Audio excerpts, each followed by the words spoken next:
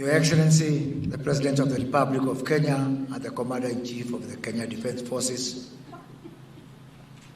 the Chairman of the Council of the National Youth Service, Director General and all the Council members, the Governor of the County of Nakuru, Her Excellency Susan Kihika, Members of Parliament, led by the Chair of the Committee for Social Protection, Honorable Alice Nganga, servicemen, servicewomen, ladies and gentlemen, good afternoon.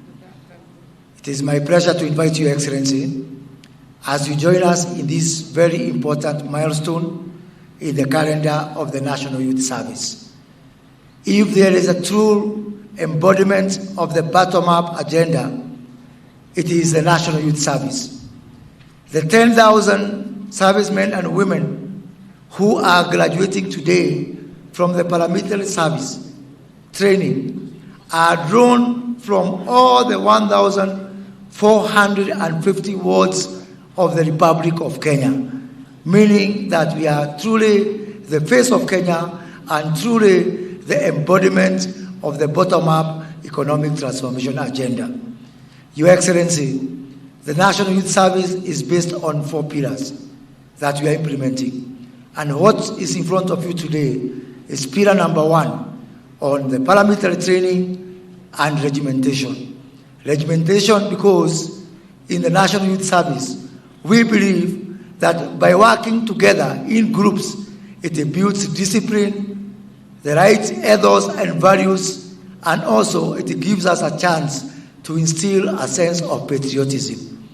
After here, we will now go to the next steps in that journey of the National Youth Service through the second pillar of national service, where these wonderful young men and women will be deployed to carry out several tasks in assisting our nation building.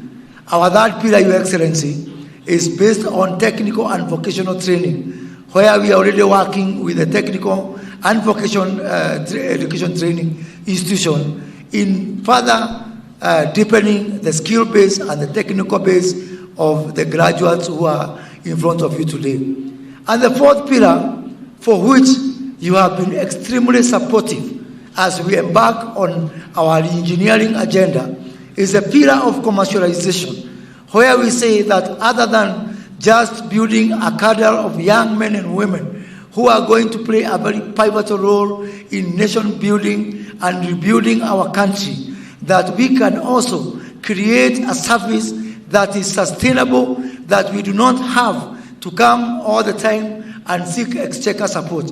Your Excellency, from the support that you are giving us in kicking off our transformation agenda under the NYS re-engineering program, we want to promise you that in the passing out parade of the year 2025, we look forward to actually giving you a dividend check, having employed young people and having deployed them to useful commercial purposes and ensuring that we have an NYS that is self-sustaining, that can be able to also expand and include more young people in that service.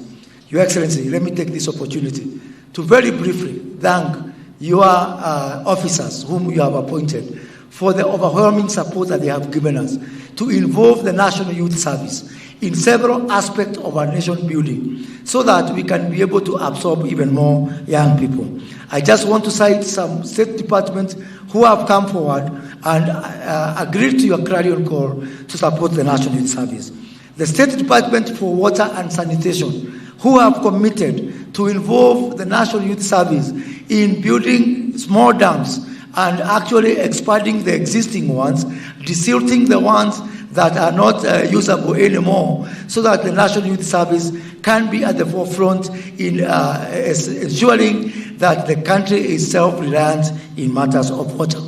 State Department for Irrigation, with whom we are already working in some areas, building 25 kilometers of a canal in the Tana Delta, ensuring that we participate in the irrigation of up to 10,000 acres that we are going to put into active use to also help our country in matters of food security. State Department for Wildlife, the Principal Secretary for Wildlife, Sylvia Musea, is here, who are involving the National Youth Service in building water ponds within our national parks and ensuring that we actually reduce the deployment cycle as opposed to the traditional way that we have been doing this job. State Department for Crops Development, who have already, we had a very successful exercise in the last 6 weeks where we have been harvesting maize seedlings in Kitale, in the ADC farm Kitale, and the CEO of ADC is here with us, where we have harvested 6,000 acres of maize seedlings that would have otherwise gone into waste. And by the way, we are not doing this for free. The Kenya Seed Company has come here with a check of 13.5 million shillings to pay these young people for our sweat. Just an example of one and many more things that we are going to do to make this service truly, truly sustainable. Your Excellency, the State Department for ASAL and Regional Development, who have come forward to involve the National Youth Service in building of the dams, and especially in mitigation at this time when we are grappling with the effects of El Nino.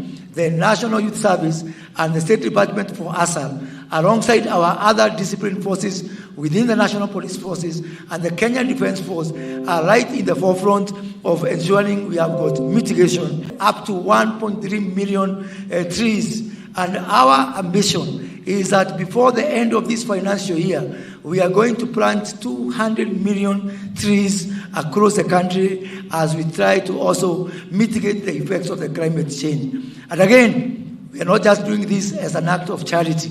Working with international climate organizations, during the ongoing COP28, we managed to get partnership from the Global Center for Adaptation, from the Africa Finance Corporation, who have agreed to make the National Youth Service a center of excellence in matters of climate adaptation, climate mitigation and resilience, and more importantly, in monetizing the trees that we plant and all the other interventions we make in offsetting carbon credits from those people who are polluting our environment.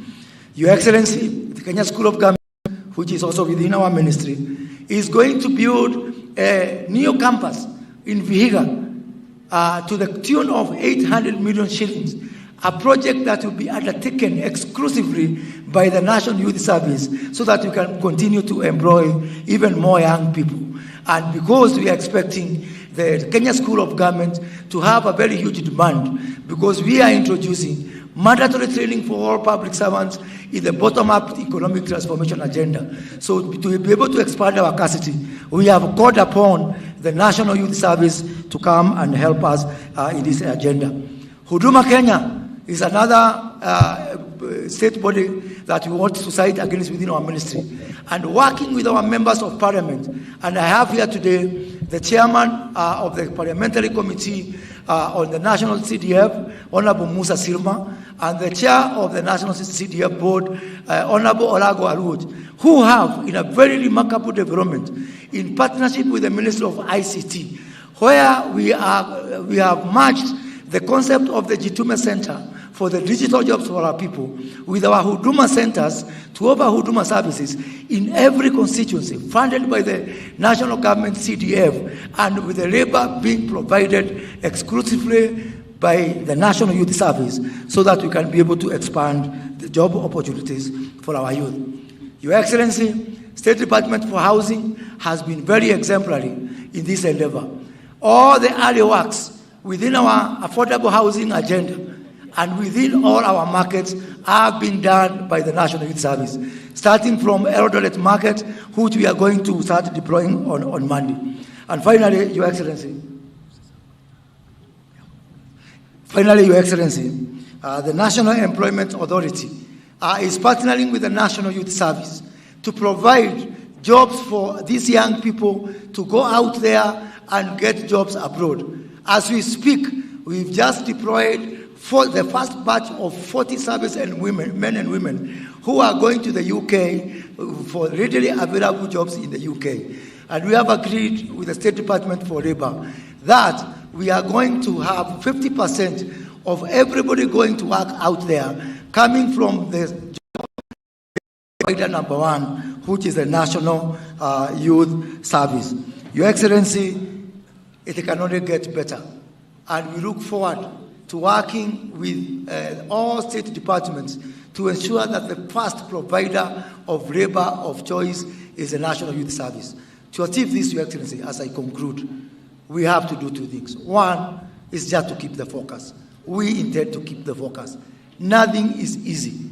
In the beginning, the plan which your government is rolling out might appear painful as unpalatable to some. And in fact, we might get complaints here and there. I want to encourage you to follow the footsteps of my namesake, Moses of the Bible.